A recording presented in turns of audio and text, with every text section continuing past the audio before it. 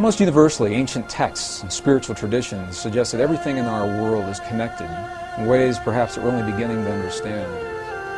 This field of energy, this subtle field of energy, is in fact described by Western scientists as a net or a web that creates what they call the underlying fabric of all creation. This field of energy has been here from the very beginning. It is an intelligent field, an intelligence that responds deeply to human emotion. We must feel the feeling as if the prayer has already been answered.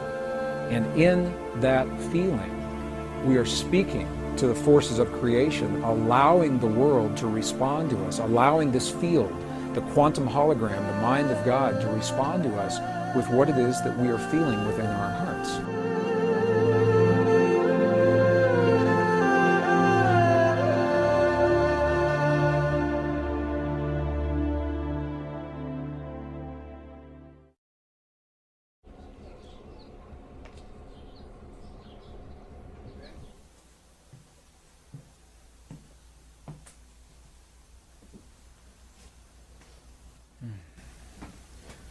What would it mean if we discovered that each moment of our lives is part of a conversation, an ongoing dialogue with the universe around us? What if everything that happens in our lives, from the healing in our bodies to the peace of our world, to our marriages, our families, our romances, our divorces, all the things that we see as life in each moment of every day, what if they're a reflection of this intelligence, this field of energy that the ancients described in their language, and now that Western science is beginning to describe in a language that we recognize? Well, a growing body of scientific evidence suggests this is precisely the way that our world works. That the world, in essence, is nothing more and nothing less than a reflection of what we have become from within, our thoughts, feelings, emotions, our beliefs, our prayers. Princeton University physicist John Wheeler suggests precisely this concept in an interview recently. What he said was that we live in what he calls a participatory universe. That rather than thinking of the universe as something that's already created and that we're plopped down in the middle of it having these experiences, what Dr. Wheeler is suggesting is that the universe is a result of what we are doing in our lives. He says we're tiny patches of the universe looking at itself and creating itself along the way. Now, this is a radical concept because it suggests that when we look into the world of the quantum atom for that most minute, ultimate particle, we may never find it. Because every time we look, the act of looking is consciousness, placing, creating, building something there for us to see. And when we look into the expanses, the vast expanses of our universe, searching for the very edge of what we call creation, we may never find it. Because the act of consciousness searching is the creative force that puts something in place. Well, growing body, scientific evidence suggests this is precisely the way our world works. And what we'll find as we discover through the experiments that have been done recently in the 20th century is that the ancients may have been very, very close, in fact, to describing precisely the way our world works in the language of another time. Between 1993 and the year 2000, a series of experiments were conducted in accredited scientific and academic institutions that are now supporting precisely the concepts that the ancients so clearly spelled out in the language of their time. 3 of these representative experiments are absolutely shaking the foundation of everything we now believe about physics and the way our world works, and are in fact suggesting that we are connected through this field of energy. The idea that there may be an all-permeating essence that connects everything is really not so new. Even in the world of science, the late 1800s, there was this tremendous spiritual revolution that was sweeping the earth. And at that time, there was a great debate as to whether or not this field actually exists. And during that time, it was called the ether field. In 1887, a very famous experiment was conducted to demonstrate once and for all, does this field exist or does it not exist?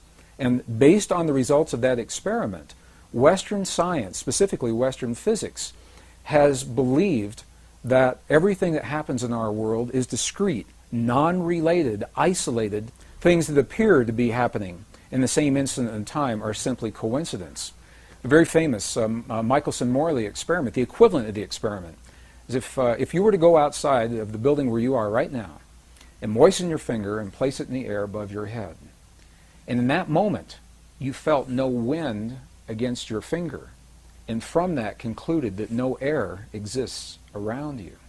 That's the equivalent of this Michelson-Morley experiment. They believe that if this field actually exists, it must be moving. And when they tested for movement, they found none, and from that concluded that the field doesn't exist. From 1887 until the early 1990s, all of Western science was based on the principle that what happens in one place has absolutely no effect on what happens somewhere else. And now we know that this is absolutely not true. So I'd like to share with you 3 experiments that are absolutely shaking the foundation of Western physics. The first was conducted by a Russian physicist, Vladimir Poponin, in the early 1990s. He came to the United States to finish this series of experiments. And what Poponin did was he wanted to investigate the relationship between human DNA and the stuff our world is made out of, little packets of energy that we call photons, little particles of light, if you want to think of them that way. So the experiment consisted of taking a tube, a glass tube, drawing all the air out of this tube, creating what today we call a vacuum, implying that there's nothing left in this tube. However, we know that there's still something left, these little particles of light. So Poponin measured the particles to see how they were distributed. Did they fly all over the place inside the tube, or were they all accumulated at the bottom, or what happened with them? And the results of this part of the experiment were not surprising, because the little particles of light, the photons, were completely random, and this is what they expected. The next part of the experiment is where this gets really, really interesting, because they placed some human DNA into this tube. And the human DNA, when they remeasured the photons, the human DNA had caused the photons to form an alignment. The DNA was having a direct effect on the stuff our world is made of. Now, this is precisely what ancient spiritual traditions have always said, that something within us has an effect in the world around us. And Poponin's experiment, for the first time in recent times, is actually verifying this under laboratory conditions. And the next piece of the experiment is even more interesting, because what they found was that when the DNA was removed from the tube, we would expect that they would all go back randomly distributed just the way they were before. And this is not what happened. What happened was, even though the DNA was no longer in the tube, the photons remained aligned as if the DNA were still there. And the question is, why? What is it that causes this effect? There's nothing in Western physics that accounts for why those photons should remain in the position that they were in when the DNA that caused them to become aligned is now removed from the tube. This experiment is called the phantom DNA experiment because the effects last whether the DNA is there or not. And what it tells us is, number one, is that DNA is communicating, human DNA is communicating with the stuff our world is made of, the packets of energy that underlie all of matter. It's communicating through a field that has previously been unrecognized. The scientists call it a new field. My sense is it's probably been there all along, and we simply didn't recognize it. So we'll call this a previously unrecognized form of energy. The second experiment is a fascinating experiment. It's a military experiment. And what they did, in essence, was they took some human DNA, some scrapings from the tissue of inside the mouth of a donor or volunteer, and they placed this DNA in a device that could measure its effects in one room of a building, while the donor that the DNA came from is in another room in the same building. So living DNA from one person, the DNA is in one place, the volunteer is in another place. And what they did was they subjected the volunteer to what they called emotional stimulation that would elicit genuine responses of emotion, of joy or sadness or fear or anger or rage in one part of the building, and they were measuring the DNA to see if the DNA would affect to the donor's emotions. Now, why would it? In Western physics today, there's absolutely nothing that suggests that that DNA is still linked to the donor, on the one hand. And on the other hand, as they conducted these experiments, what they found was just the opposite. What they found was that when the donor was having his emotional peaks and valleys in one room, the DNA was having its emotional peaks and valleys in another room at exactly the same time. And we hear about experiments like this, we think of an energy that's being transmitted from point A to point B. And if the energy comes from one place and has to get somewhere else, you would expect that there would be a lag time, a little bit of time between when the emotion is created and when the DNA is responding. That's not what happened. What happened in these experiments, and this is very, very key to where we're going as we begin talking about the power of prayer. What happened in these experiments is that the effects were simultaneous. They were instantaneous. The instant that the donor was having his emotion, the DNA was already affected as if there were no transition time between the two. Well, these experiments were first conducted within rooms that were separated by distances of maybe 50 feet.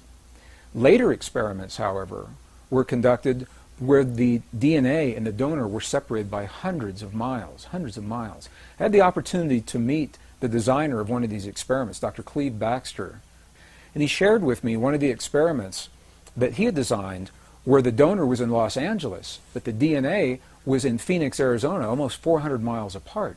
And the effects were precisely the same. Whether they're in the same building or separated by 400 miles, the effect is instantaneous. This opens the door to all kinds of possibilities as to how that DNA remained linked to the donor. What it says to us, once again, is that we're communicating with DNA through our emotions, and that whether the DNA is within our bodies or we're separated by distances of hundreds of miles, the effect is the same. We call this a non-local energy. It means it's everywhere all the time because the energy doesn't have to travel from point A to point B. So the third experiment was conducted again in the early 1990s by the Institute of Heart Math, a pioneering research organization based in Northern California that are exploring the human heart is much more than simply as a pump that moves blood through our bodies. And although our hearts do precisely that, it may be the least of what our hearts do. They're discovering that our hearts are the strongest magnetic field in our bodies, and the electromagnetic field that is produced by our hearts has an effect that extends well beyond our bodies. The Heart Math Institute had earlier discovered that around every human heart there is a field of energy shaped like a tube. It's called a tube torus and extends between 5 and 8 feet beyond the human heart. And the question is, in this already acknowledged field, could there be another form of energy that is being carried by this field beyond our bodies? So they designed an experiment to test precisely this theory. This is no surprise. They took some human DNA and they isolated the DNA and asked individuals that were trained to feel what are called coherent human emotions, very clear emotions of love, appreciation, compassion, or anger, rage, and hate, to have those feelings on demand. And as the people who were trained to have the feelings did so, they measured the way the DNA responded. And what they found was this. They found that in the presence of appreciation, love, compassion, forgiveness, the DNA became tremendously relaxed. And what we know from other experiments is that this relaxed state of DNA actually enhances our immune response. When you ask people what it is about the feelings of love and compassion that give us our high immune response, this may begin to tell us why, because the DNA is relaxed and actually allows certain portions of those little switches, if you want to think of them that way, to be enabled or turned on. And just the opposite is true as well. In the presence of anger, rage, hate, jealousy, DNA was tightened like a little knot, and it actually shut down in some instances. Those little switches depleted the immune response. Intuitively, we know this.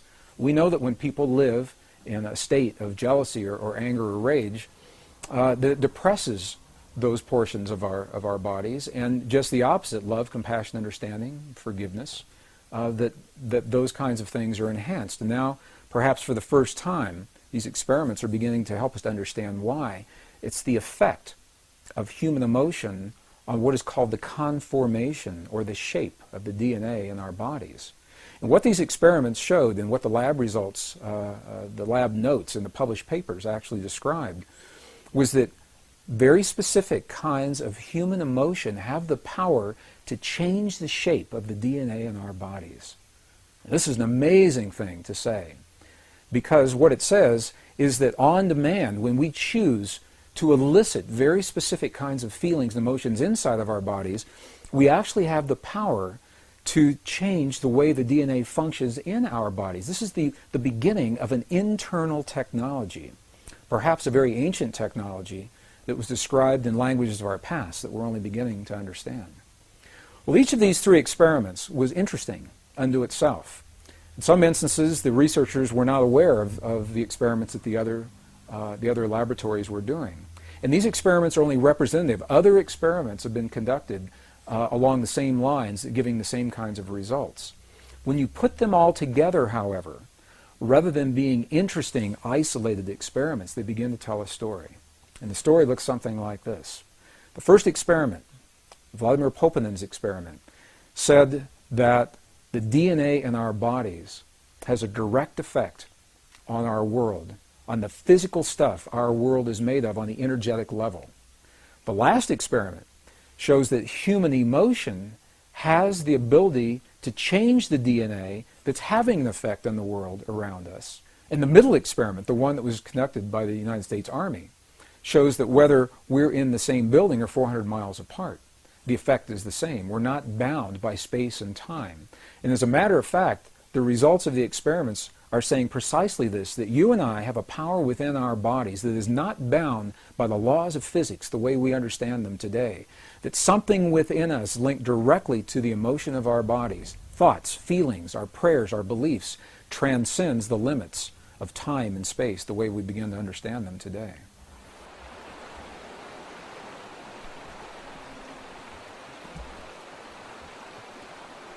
Ancient traditions describe this in the language of their time.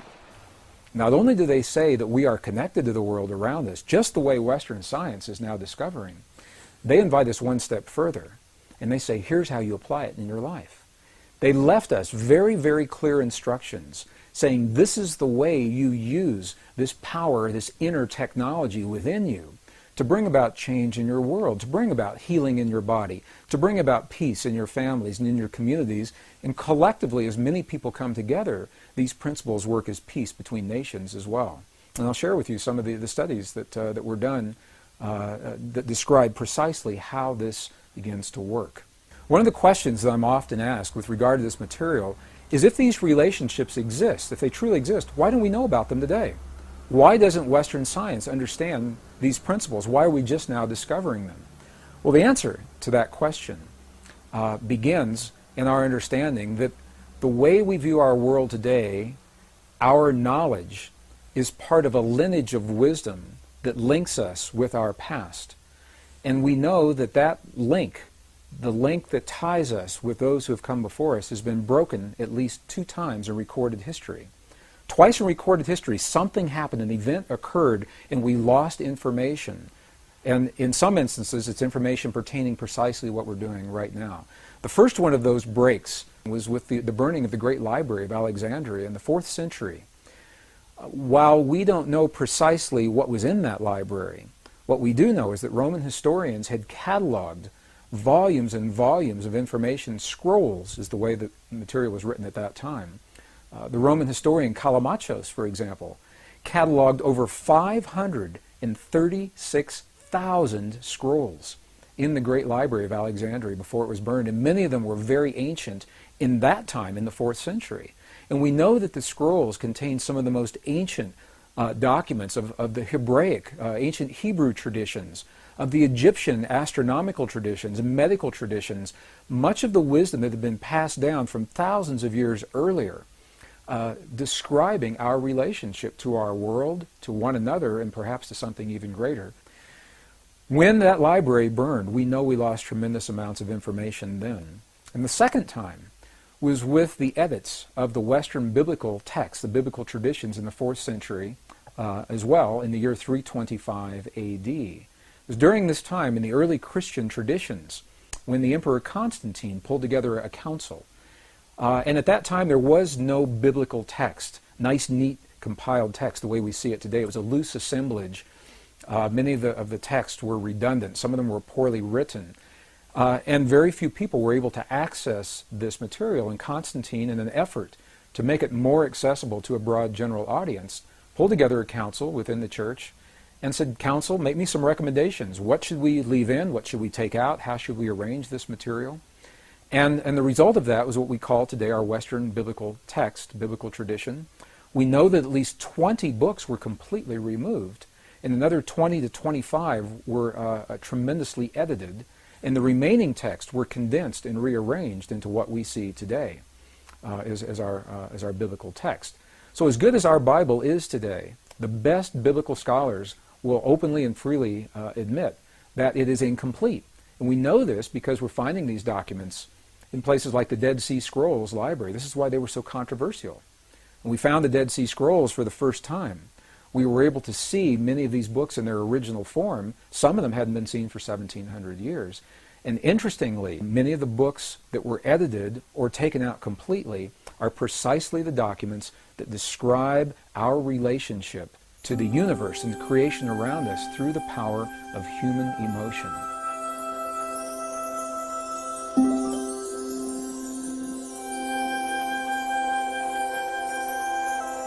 So now that science is beginning to tell us in its language, ancient spiritual traditions have shown us in their way, and in our own texts and documents, we're seeing references to precisely how these principles work. The question is, how do we apply them in our lives? How do we go about making use of this relationship between thoughts, feelings, and emotions inside of our bodies and what's happening in the world around us? Well, perhaps the best place to begin is by defining what a thought and a feeling and emotion really are. I've had this conversation with my mom many, many times. And Mom always says to me, she goes, "I always thought feelings and emotions were the same thing." And while they're closely related, there is a difference. So if we think of a chart, if you look at the ancient charts of the energy centers in our bodies, the chakra centers, if you will, what we see is the lower three energy centers of our bodies, they are closely associated with what we call the power of human emotion. And the ancients said we're capable of only two primary emotions. They said we're capable of the emotion of love, and whatever we believe the opposite of love really is. Whether we think of that as fear or hate. And when you get really deep into the traditions, what we find is they're actually both polarities of the same force. So in those lower centers, the power of emotion, we have two primary experiences, love and whatever we believe the opposite of love really is. This is a power, it's a force that drives us forward in life, and it tears down the walls, knocks down the barriers that stand between us and the things that we hold dear in our lives. Emotion, however, is scattered. It has to be focused. You can think of it as a power. If you know people who live strictly in their emotions, you know that sometimes their lives can be a little chaotic. Well, the emotions need to be focused, and this is where the power of thought or logic come in, and it's associated with the upper energy centers of the body. Thought is what gives focus or direction to the emotions. In other words, we have a thought about something. We have a thought about a cloudy day outside. And that thought, into that thought, we fuel the power of the emotion, either our love of that rainy day or our fear of what that rainy day may bring to us. And by doing so, when we marry the power of emotion with the direction of the thought, by virtue of that, we create a feeling. So feeling, by definition, is the union of emotion and the thought. And the one energy center, interestingly enough, that is not accounted for in all the other systems, that remains unused in these ancient systems, is the heart center, and this is the one that is dedicated to the power of feeling. We feel in our hearts. So the feeling that we have in our hearts is the language that speaks to the field that Western science is now beginning to understand through their experiments. It's the power of human feeling that is the language that opens the door to the possibilities of what we create in our world. Well, scientists today, as they think about this field, it is so new, the idea is so new, that they've yet to agree even on a single term. Some scientists call this the quantum hologram. Some call it nature's mind. Dr. Ed Mitchell, former Apollo astronaut, calls this nature's mind. Scientists like Stephen Hawking call it the mind of God. As varied as the names appear to be, they're all speaking about essentially the same field, and they describe this field as a web or a net that underlies the fabric that links everything together. And it is this fabric, this web, this net, is what we speak to with the feelings in our bodies, with the feelings in our hearts. Ancient traditions not only recognized this relationship, they invite us one step further, and they left precise instructions in terms of how we apply this in our lives. In the late 1980s, I was an engineer working in the defense and aerospace corporations. I began exploring these concepts as an engineer, looking in the world around me to understand the history of those who have come before us. And it is that thinking that led me into the journeys of some of the most amazing places in the world, from the temples in Egypt, the Andes Mountains in Bolivia and Peru, into India and Nepal, the highlands of central China and Tibet, all through the American desert Southwest, searching for information and clues that would help us to understand how we relate to the world and how we can use this power of feeling, this power that speaks the language of the world around us. So as an engineer, when I began studying the principles of those who have come before us, the information that they left so that we could understand our relationship to the world around us and this ancient technology that today we call prayer, my thinking was that this kind of information would be best preserved in places that have been least disturbed by Western civilization. And this thinking led me into a journey, first time in 1998, into the highlands of central China, into Tibet, where we had the opportunity to explore 12 monasteries and 2 nunneries, speaking through the translators to those who actually live these principles in their lives. And this is the value of going to a place like Tibet, a living culture. We can go into temples in Egypt or temples, the Mayan temples in the Yucatan, and as fascinating as they are and as much information as they hold, the cultures that left that kind of information no longer exist. So at very best, we are speculating in terms of what they're saying to us. When we go into a monastery in Tibet, we can actually speak with the people who are there, and we can ask them, when we see your prayers on the outside, what are you doing on the inside? What happens? What happens to your body? What are you thinking? What are you feeling? What are you emoting? Well, it was in Tibet where I had the opportunity to meet with an abbot of one of the monasteries, and I asked him through the translator. Same thing we'd ask all of the monks and all of the nuns, and it was his answer that was so clear to me. And I asked him, when we see your prayers for 12 and 14 and 16 hours a day, when we see the mudras and the mantras and the bells and the bowls and the gongs and the chimes and the chants that you're doing in your prayers for so long on the outside, I said, what are you doing on the inside? What happens on the inside? And the abbot looked at me, and I like to think he was laughing with me. He may have been laughing at me, because he said through the translator again, he said, you've never seen our prayers, because a prayer cannot be seen. He said, what you have seen are the things that we do to create the feeling in our bodies. And the feeling is the prayer. Then he turned the question on me, and he said, how do you do it in your culture? How do you do this in your culture? And I began to think about the way we think about prayer in our culture today, when we lost the texts that describe how the power of emotion and feeling are actually the language that connect us with the universe and the creation around us. We began to believe that words are simply the prayers. That if we say the right words, the right number of times, the right day of the year, the right time of day, that we've said the prayer. And as well-intentioned as those prayers may be, what we know is that there is a modality of prayer that carries us far beyond where simply offering the words will carry us.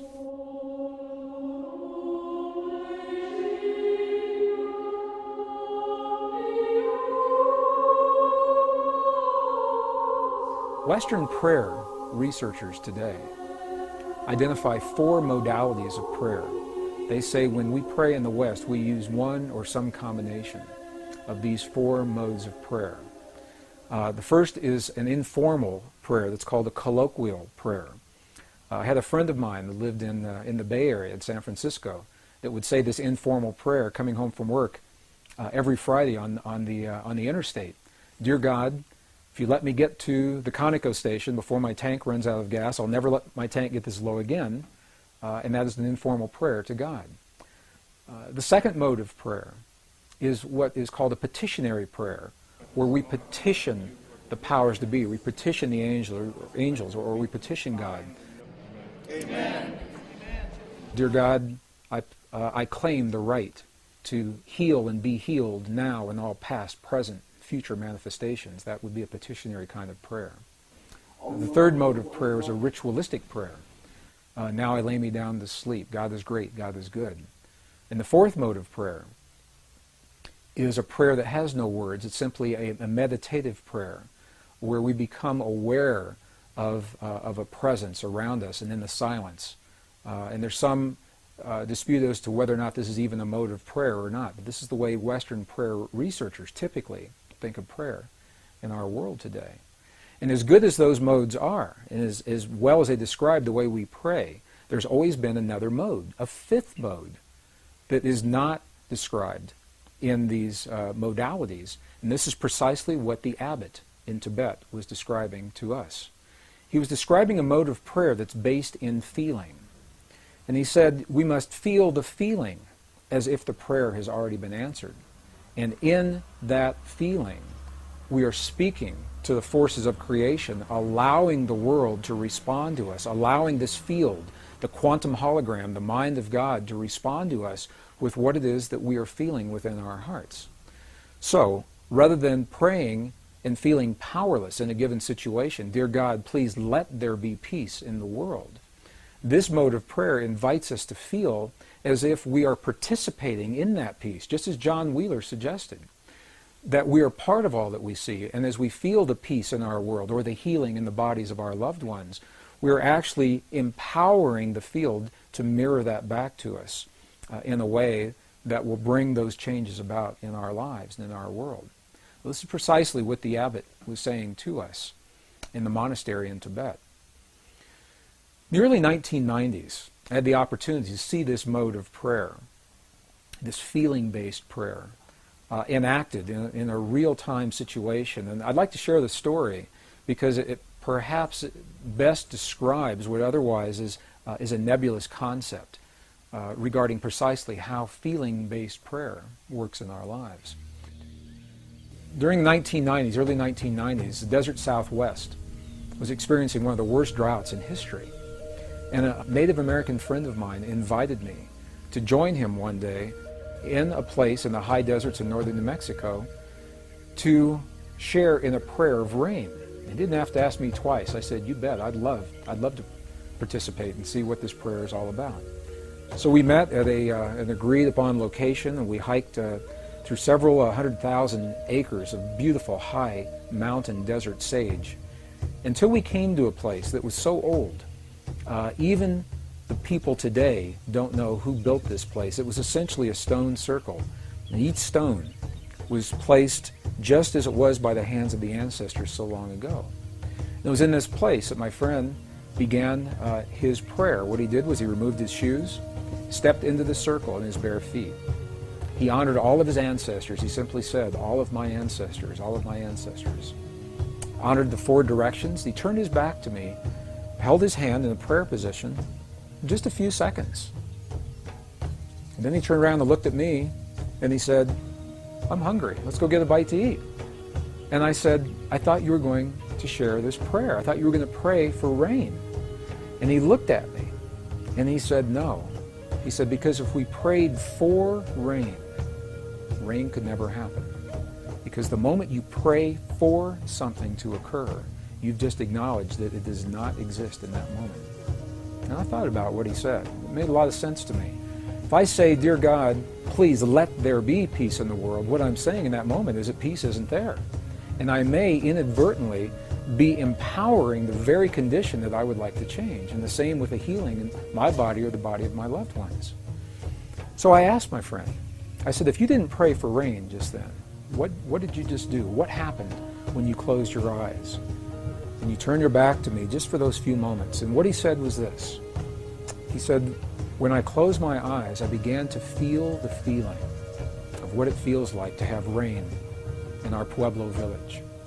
He said, I smelled the smells of what it smells like when the rain falls off the earthen walls of our buildings. And I felt the feeling of what it feels like with my naked feet in the mud. There's so much mud because there's been so much rain. And he said, in that way, I opened the door to the possibility to bring rain into our world. Well, I think about this mode of prayer a lot. Later that afternoon, something amazing happened. I was watching the weather maps, and the drought that had happened for so long suddenly changed. We saw the high-pressure system move across Utah and then dip down from Colorado into northern New Mexico and make a little U-turn and come right back up. We had rain that night, and we had rain all the next day. It rained, and I called my friend. And I asked him, I said, there's so much rain, the valleys are flooding, the roads are flooding. What in the world is going on? And he was quiet just for a moment, and he said, that's the part of the prayer. He said, I never quite figured out. So I have no way of scientifically validating that my friend's prayer had anything to do with that rain. But the correlations are so high. We see it happen so many times, we know there is an effect. 1972, 24 United States cities were used to conduct an experiment where people were trained to feel the feeling of peace in a very specific manner, and they were strategically placed in these cities. Each city had populations over 10,000 people.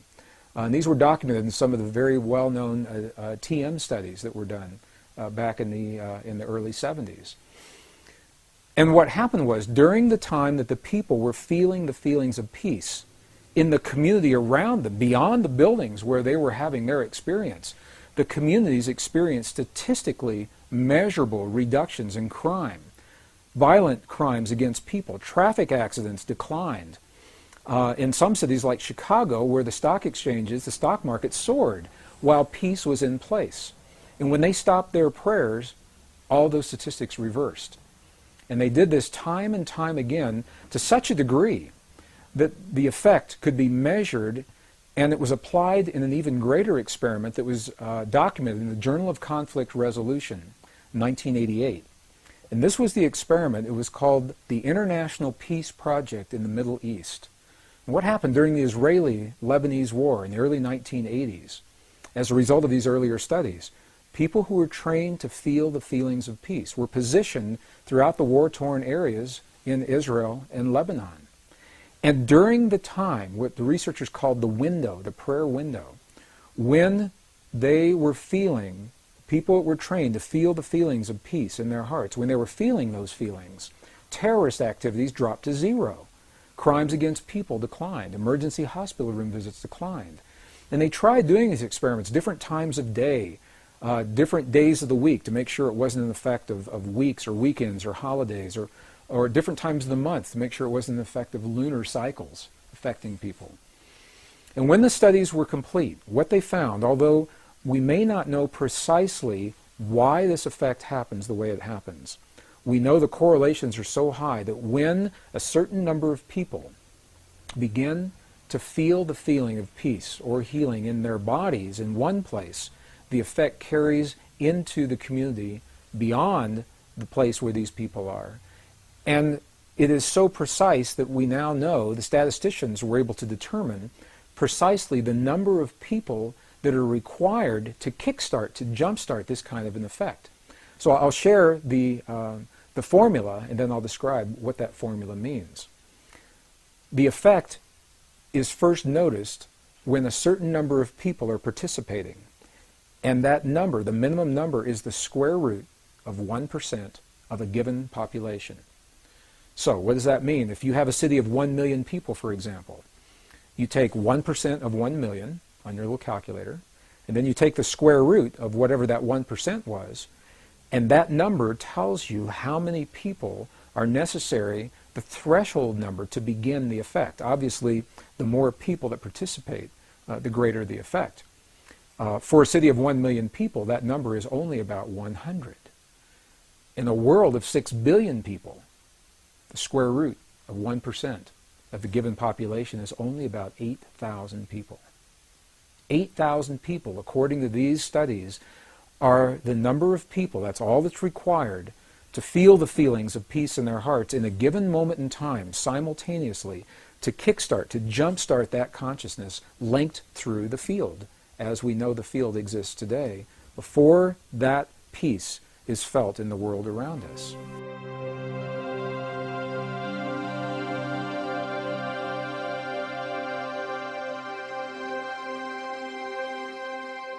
So So any discussion regarding this feeling-based prayer, this lost mode of prayer, sometimes seems a little more than academic until we can actually apply it in our lives or see it applied in our lives. It's in the late 1990s that I had the opportunity to do precisely that, when I saw the footage documenting the healing of a life-threatening condition within the body of a living woman using precisely the kinds of techniques that we're speaking about right now. For me, it was this kind of information that took this lost modality of prayer out of the realm of academics and into something that's very real that we can apply in our lives. I had the opportunity during that time to see some video footage of the healing of a 3-inch diameter bladder cancer inside the body of a woman who, by Western medical standards, had been diagnosed inoperable. She had gone, as a last resort, to a medicineless hospital in Beijing, China. And it was in this medicineless hospital where they began simply by addressing the life-affirming ways that she could change how she was living her life. They taught her life-affirming ways to breathe and life-affirming ways to nourish her body, gentle movements to stimulate the energy centers in her body. And as she was doing these and strengthening her body, at one point it made sense to undergo a process. Now I'd like to share this. I'd like to describe it to you as a very potent example of how the feeling world inside of our bodies has a direct effect, in this case a very graphic effect, on the world beyond our bodies. So in the video documentation, the film shows a woman lying on in a hospital room. She's fully awake, she's fully conscious, she believes in the process that's about to happen. Before her, there is an ultrasound technician who is running an ultrasound wand over her lower abdomen that we can see on a split-screen television. And on the left-hand side of the screen, they do a snapshot, a freeze frame of an instant in time for reference, so we can see what her condition looked like in that instant in time. On the right-hand side of the screen, we are able to watch real time as 3 practitioners stand behind her, working with the energy in her body and with the feelings in their bodies. And what they do is they begin to chant a word that to them they've agreed upon, that reinforces the feeling within them that she's already healed. The chant essentially says, already healed, already done. And as they begin to have this feeling and to say these words among themselves, on the computer screen, on the television screen, we can watch in real time this cancerous tumor as it disappears in less than 3 minutes real time. It's not like time-lapse on a documentary where you see a rose unfold in 30 seconds in something that normally takes days. This literally happens in less than 3 minutes. Her body responded to the feelings of the practitioners who were trained to have the kinds of feelings that they were having. And all they were feeling was the feeling of what it feels like to be in the presence of a woman who is already healed, fully enabled, fully capacitated. They were not seeing her as a woman who was sick, and they weren't saying, bad cancer, you've got to go away. It's a very, very different way of thinking about things, and it's a very graphic example of precisely how this principle works. I had the opportunity to speak to the gentleman, Luke Chen, that actually created this film. And I asked him a question. I said, what if those 3 practitioners weren't there? I said, could this woman have done this? Could any of us do this on our own? And he smiled at me when I asked him the question. He said, Gregg, in all probability, she probably could have done it alone. However, there's something about us humans in that we seem to feel more empowered and stronger when we're supported by others in the things that we believe in and in the things that we choose to accomplish. So while she probably could have had this feeling and done it herself, having these 3 practitioners work with her was the threshold that it took for her body to respond. All they were doing was having the feeling as if she were already healed, and in less than 3 minutes her body responded. What Western physics now is beginning to tell us is that the same energy, the same field that led to the healing in this woman's body also leads to peace between nations. It's the same thing, different scale, same principle. And I've been involved in experiments where hundreds of thousands of people joined together through the World Wide Web. We were coordinated on the internet at a given hour of time, a window of time, when we were trained to feel the feelings of peace in our bodies during that time. And when we did that, statistically, what happened in events around the world, there were wartime events, there were bombings, aerial bombings in Iraq that were scheduled, that were reversed during the window of time when this prayer was happening. Crimes against people declined. Emergency hospital room visits declined.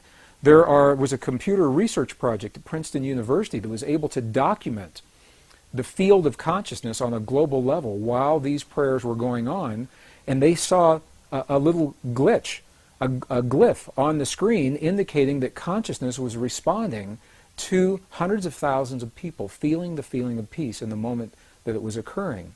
And what this tells us is that the field we're working with is a measurable field. You can pick it up with equipment. It can be measured on the computer screen. This was part of the research project at Princeton University that was called the Global Consciousness Project. So the field is real. It's out there. And it responds to us in ways now that we're only beginning to understand. Even more recently, the research has been done by the scientist Masaru Emoto regarding the relationship between human emotion, human feeling, and water drops is showing this relationship even more poignantly. What has happened is that these scientists, this particular research project, has discovered that droplets of water that make up over 70% of our world anyway and 70% of our bodies, that these droplets of water respond to human emotion, whether it is felt in the body or as it is actually written on labels that are placed onto vials of water, and the emotion of the researcher as the labels are being written and placed onto those vials.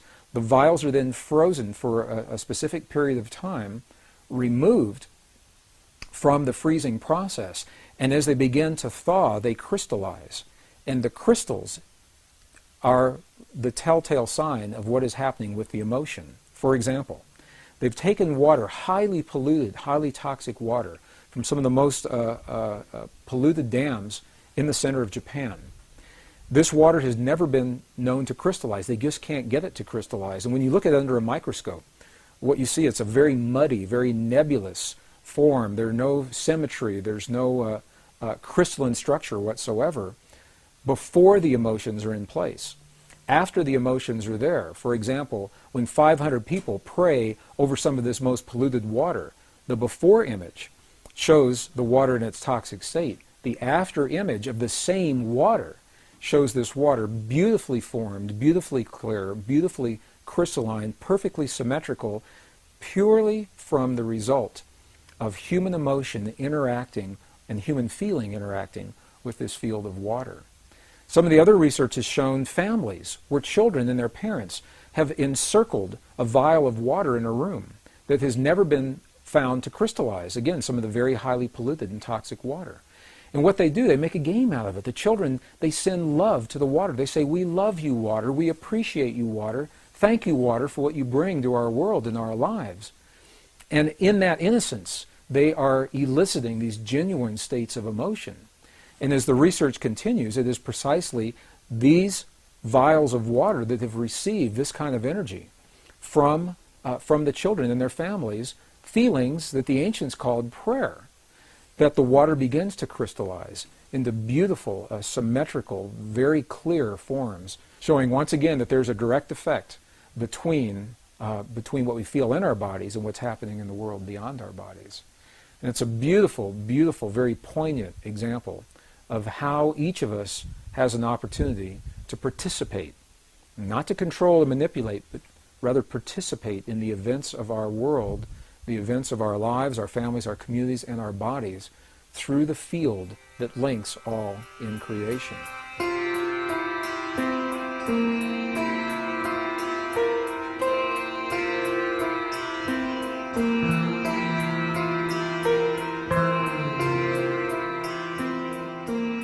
One of the powerful principles, most powerful principles regarding the way this field works is the fact that the field appears to be holographic in nature. The definition of a hologram is that it's a pattern no matter how finely divided the pattern is, the whole remains, even in the smallest portion. For example, a few years ago, there were bookmarks, shiny little foil strips, and when they were shown in direct light, that had an image of a rose fully in bloom, or the image of Mother Mary, or the image of a dolphin jumping over a pyramid. And in these bookmarks, if they were truly holograms, you could take and cut them into the smallest pieces, and then take the smallest one of those and cut it again, and look at it under magnification, and the entire pattern would still remain even in the smallest piece. And I share this principle now because it appears that consciousness, our consciousness through this field, works precisely this way. What it means is that all of us, as smaller portions of a greater pattern, are connected. And the seemingly little things that we do in our lives, day in and day out, the way we respond to one another at the family dinner table during our conversations, the way that we feel about the 6 o'clock news, the way that we respond to a driver that cuts us off on the freeway just before we get to our exit, in those seemingly insignificant moments of life, we are actually having a conversation with this field, the quantum hologram, the mind of God, individually. And when we put all of our little conversations together, that becomes the collective answer. The field mirrors back our collective love, our collective appreciation and gratitude, or our collective anger and rage and fear.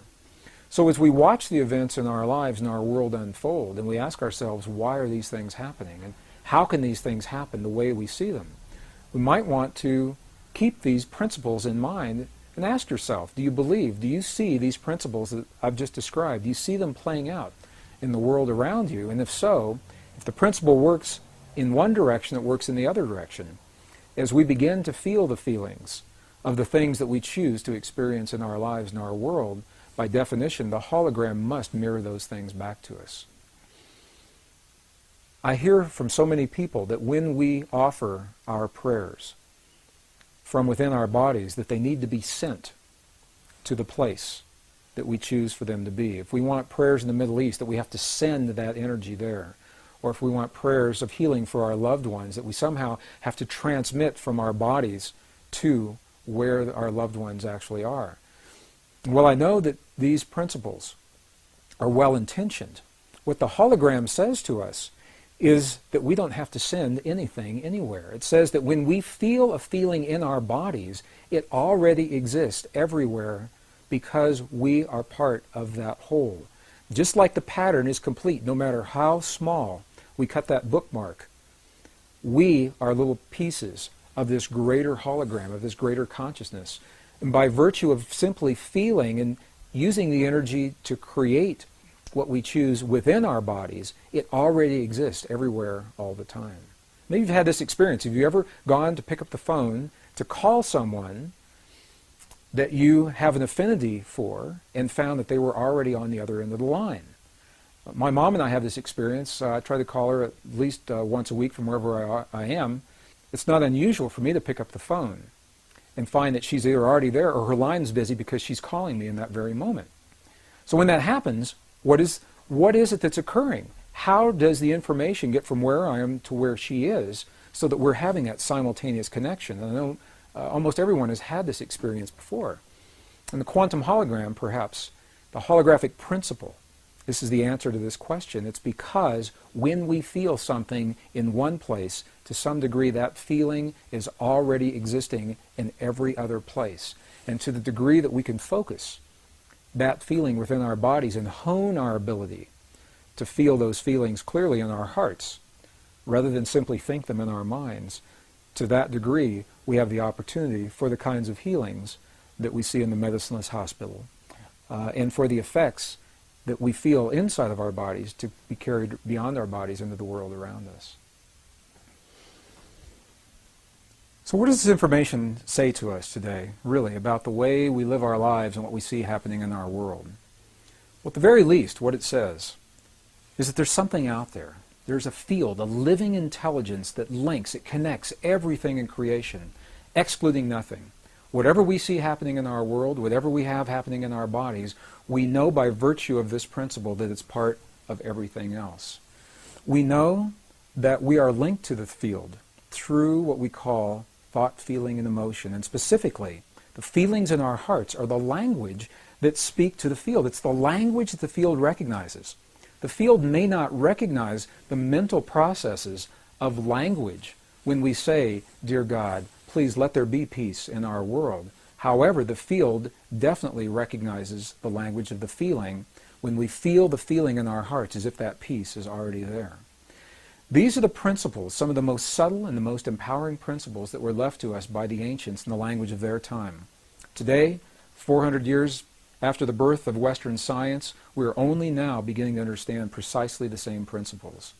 So while we may not fully understand everything there is to know about this field, where it comes from, or why it's there, we do know enough to apply in our lives the principles that we've seen work under laboratory conditions that the ancients left for us as well. From my perspective, this is a very empowering body of information, because it takes the idea of prayer beyond any religious or spiritual tradition and makes it an inner technology that's open to everyone, regardless of our beliefs, or our lifestyles, or our bloodlines, or our heritage, or how or where we choose to live our lives. What it says to us in every moment of life, we're having a feeling. And by virtue of that feeling, we're communicating to the world around us. So rather than seeing a prayer as something that we do every once in a while, when we'd like to change our world, and then we stop the prayer and get up and walk away, perhaps we can redefine prayer as the way that we feel in our lives, and because we're always feeling in every moment in life, life becomes the prayer. Life becomes the living prayer. We can always have the feelings of peace in our hearts, whether we're driving down the freeway or studying in our classroom or going to the mall or the airport. To some degree, we can feel that feeling of peace. Life becomes the prayer. And as we look at the world around us and we see a world that so many people is changing so very, very fast, some people feel the world is absolutely out of control, feel powerless to do anything about it. These subtle principles remind us that we're part of all that we see, that the world around us is nothing more and nothing less than a reflection of what we have become from within. And in the language of those who have come before us, we're reminded that we must become the very things that we choose to experience in life. We must become the peace and the healing, the cooperation, the compassion, the love, the nurturing that we choose to experience in our lives. We must become those very things so that the field has something to mirror back to us. And in that way, we each are given the guidelines, hopefully, to help us to become better people. And as we become better people in that way, we build a better world.